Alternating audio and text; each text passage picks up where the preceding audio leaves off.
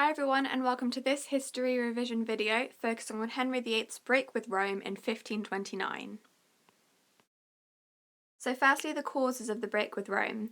There was a lot of dissatisfaction with the Catholic Church because it was generally quite corrupt. Priests were often uneducated and greedy, immoral behaviours would take place and many would not be celibate, and non-residency and absenteeism meant that churches weren't locally run like they were supposed to be. There was also just a general feeling of anti-clericalism throughout England, and this meant that there was a desire for reform on a national level as people just weren't happy with the church as it was.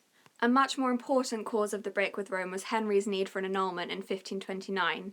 He needed to annul his marriage with Catherine of Aragon so that he could marry Anne Boleyn, and he was eventually successful in getting this annulment in 1533. There's evidence to suggest that Henry VIII was quite reluctant to break with Rome. He took several other methods before breaking with Rome, such as the Legatine Court and French alliances. The 1532 Act in Restraint of Annates was a conditional act, which meant that it was never supposed to be a long-term piece of legislation. And he also passed anti-clerical legislation as a way of undermining the Church's power. Now the acts passed by the Reformation Parliament. In 1530, the whole of the clergy was charged with praemunire, and this meant that Henry had control over the whole clergy.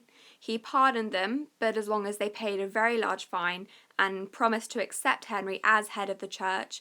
However, there was a little clause in this that said they'll accept him as head of the church so far as Christ allows. So he had control, but it was still slightly limited.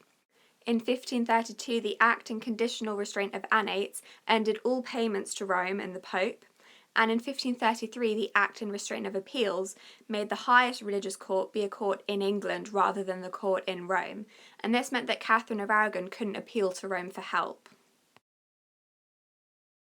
The 1534 Act of Succession made Henry's marriage to Catherine of Aragon and the daughter Mary all invalid and removed Mary from the succession.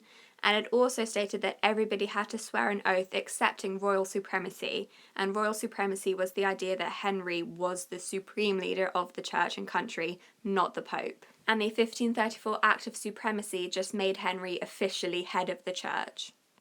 The 1534 Act of First Fruit and Tenths was a long-term tax on the clergy, which increased Henry's annual income by 40%. And the 1534 Treason Act meant that you could be executed for denying royal supremacy or refusing to accept Henry as head of the church. Now the key figures of the Reformation.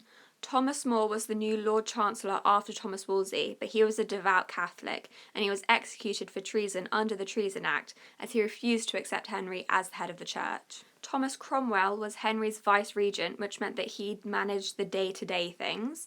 He was a large driving force between the acts of the Reformation Parliament, and he's often viewed as the person behind the Reformation. And the final Thomas is Thomas Cranmer. He was made Archbishop of Canterbury in 1532, and he was a strong supporter of royal supremacy and the annulment, so he was a very key ally to Henry.